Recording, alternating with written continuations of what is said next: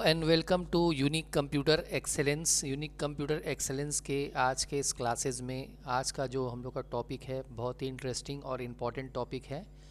वो टॉपिक हम लोग टैली में डिस्कस करेंगे। टैली में हम लोग करेंसी किस तरह से सेटअप करेंगे। करेंसी मीन्स जैसे सपोज़ हम लोग ये जानते थे कि हम लोग एक स्टेट से दूसरे स्टेट में प्रोडक्ट को सेल और परचेज़ करते थे। अगर किसी अदर कंट्री से सपोज़ लाइक अमेरिका, ऑस्ट्रेलिया या किसी अदर कंट्री से जो इंपोर्ट और एक्सपोर्ट जो होता है तो उनका करेंसी बिल्कुल अलग होता है, अपना करेंसी बिल्कुल अलग होता है।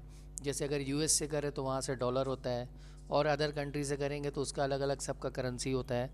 तो वो जो करेंसी होता है उसको फॉरेक्स में एक्सचेंज करना पड़ता है, मतलब उसके अमाउंट के हिसाब से। जैसे फॉर द एग्जांपल हमारा जो करेंसी है यूएस डॉलर का करेंसी के हिसाब से सपोज़ 60 रुपीज़ हम लोग का है या 70 रुपीज़ है, जो भी है, तो उसका जो भी अप डाउन कुछ भी होता है डे बाय डे चेंज होता रहता है। तो उसका सेल और परचेज़ कर में जो डिफरेंस आता है वो किस तरह से हम लोग उसको एंट्री में इंक्लूड करेंगे। तो उसके लिए सबसे पहले टैली को हम लोग स्टार्ट कर लेते हैं। टैली को स्टार्ट करके एक नया कंपनी हम लोग बना लेते हैं।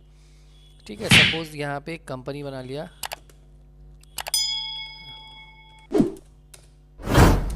अपना तो कंट्री इंडिया में है इसलिए हम लोग इंडिया ही रखेंगे और इसको कंट्रोल ए से सेव कर देंगे। कंट्रोल ए से सेव करने के बाद अभी हम लोग को जो सबसे इम्पॉर्टेंट फंक्शन है वो है फीचर्स। फीचर्स में हम लोग F11 प्रेस करेंगे और F11 प्रेस करने के बाद यहाँ से हम लोग आ जाएंगे अकाउंटिंग फीचर्स में। अकाउंटिंग फीचर्स में यहाँ पे एक ऑप्शन दिखेगा आपको, इनेबल मल्टी करेंसी। इसको यहाँ से यस कर लीजिएगा। यहाँ से यस करने के बाद फिर कंट्रोल ए से इसको एक्सेप्ट कर लीजिए। अदरवाइज़ जैसे है वैसे ही रहेगा, सेम रहेगा। और यहाँ पे अभी जीएसटी वगैरह कुछ अप्लाई नहीं करना है क्योंकि हम लोग दूसरे कंट्री से सेल और परचेस करेंगे। अब यहाँ से बैक करेंगे, बैक करके सीधे आ जाएंगे अकाउंट्स इन्फो में। अकाउंट्स इन्फो में आने के बाद यहाँ हम लोग को दिखेगा करेंसी।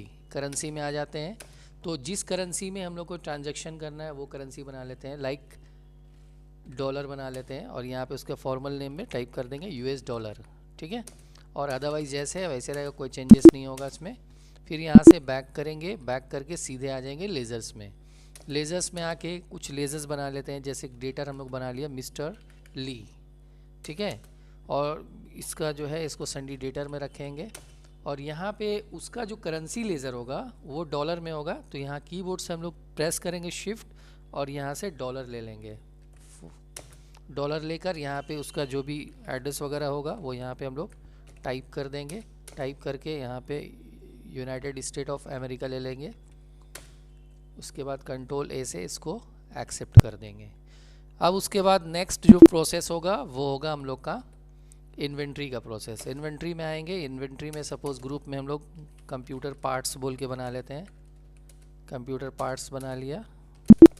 फिर यहाँ से बैक करेंगे, यूनिट बना लिया। ये सब नॉर्मली जैसे बनता है वैसे बनेगा, इसमें कोई चेंजेस नहीं है। यहाँ से फिर बैक करके स्टॉक आइटम में स्टॉक आइटम बना लेते हैं। जैसे सपोज़ स्टॉक आइटम में हम लोग बना दिए एसएसडी। ठीक है, एसएसडी ये कंप्यूटर पार्ट्स में है। ठीक है, और इसमें कुछ ओपनिंग स्टॉक रखना होगा क्योंकि हम लोग डायरेक्ट सेल करेंगे, इसलिए ओपनिंग स्टॉक में हम लोग 500 पीस हम लोग स्टॉक रख दिए। रेट अभी हम लोग यहाँ पे डिस्कस नहीं करेंगे।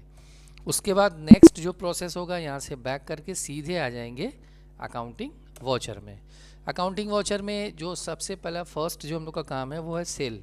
तो यहाँ पे SB001 फर्स्ट हम लोग सेल कर रहे हैं मिस्टर ली से। ठीक है, मिस्टर ली का डिटेल्स वगैरह जो भी है यहाँ पे हम लोग इंक्लूड कर सकते हैं।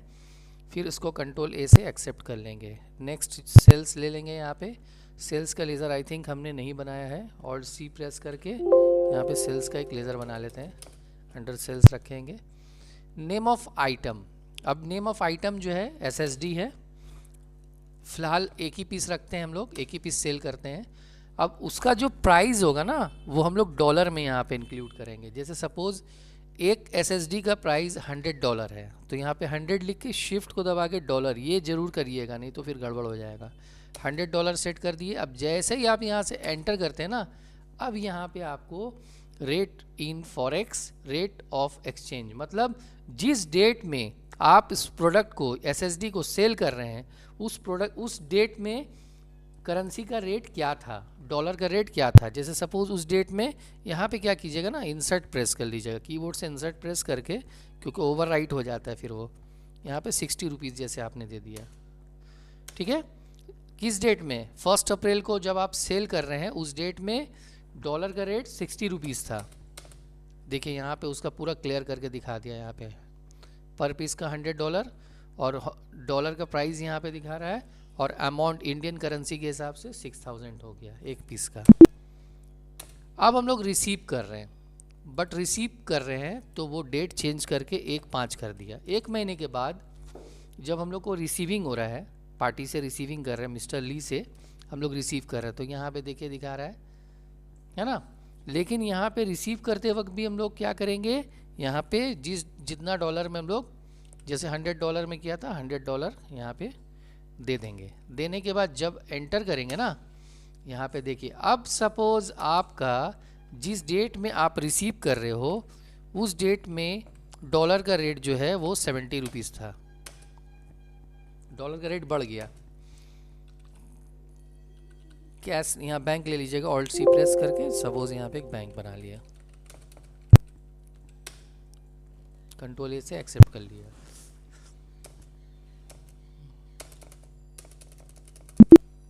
ठीक है, इसका इफेक्ट कहाँ दिखेगा? इसका इफेक्ट यहाँ से बैक करके जब हम लोग यहाँ से डिस्प्ले में आएंगे, अकाउंट बुक में आएंगे और लेजर्स में आके जब पार्टी नेम में एंटर करेंगे तो ये देखिए 100 मतलब 1000 जो है वो क्या दिखा रहा है, अनएडजस्टमेंट फॉरेक्स गेन और लॉस।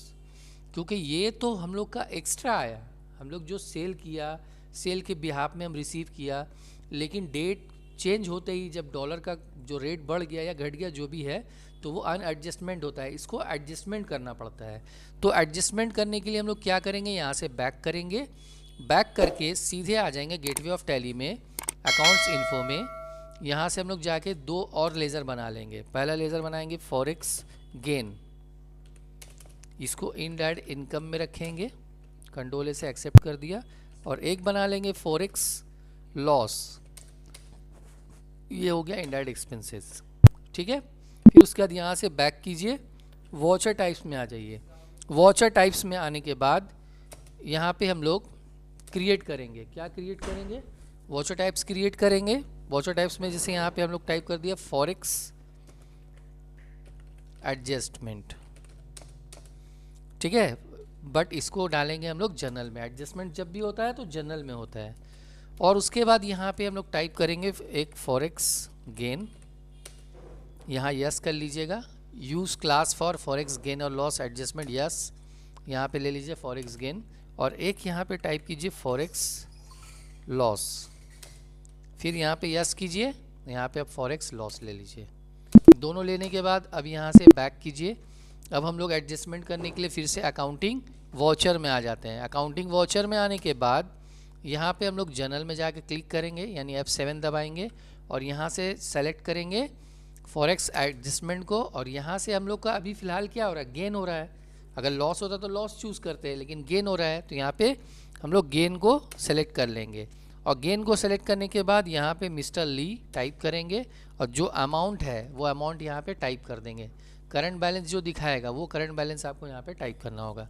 अभी एंटर कीजिए, एक्सेप्ट हो गया। अब यहाँ से बैक कीजिए, बैक करके फिर से जब आप यहाँ से जाके चेक कीजिएगा डिस्प्ले में अकाउंट बुक लेजर्स और यहाँ पे मिस्टर ली को बजा के एंटर कीजिए। देखिए वो एडजस्टमेंट हो गया, ये देखिए एडजस्टमेंट हो गया, ठीक है।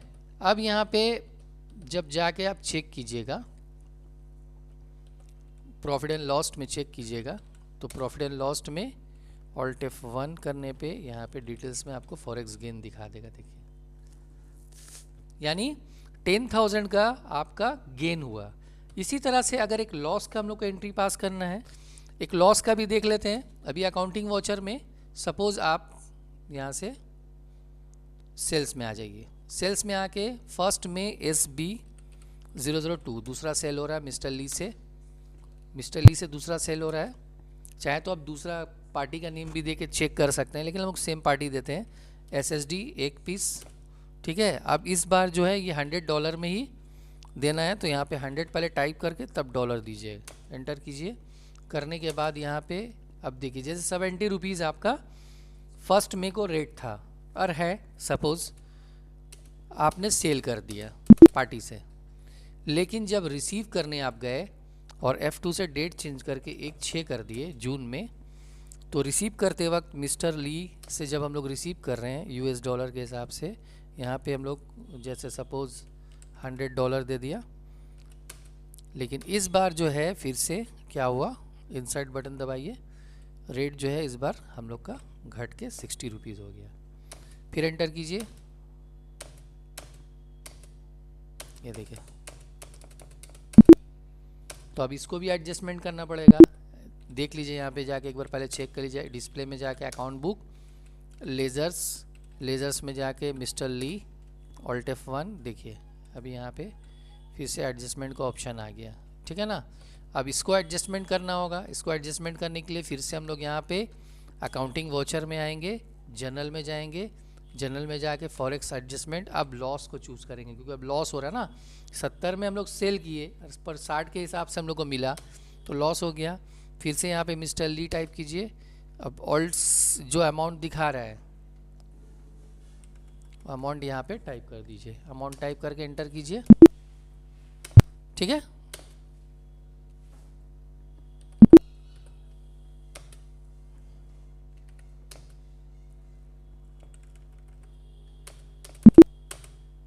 एक्सेप्ट हो गया। अभी यहाँ से बैक कीजिए, बैक करके प्रॉफिट एंड लॉस में जाइए, ऑल्ट F1 प्रेस कीजिए। देखिए एक साइड आपका प्रॉफिट और एक साइड आपका लॉस, क्योंकि 10 का ही डिफरेंस हुआ था ना दोनों में। 10 में हम लोग का वहाँ पे प्रॉफिट हुआ था, 10 का यहाँ पे लॉस हुआ।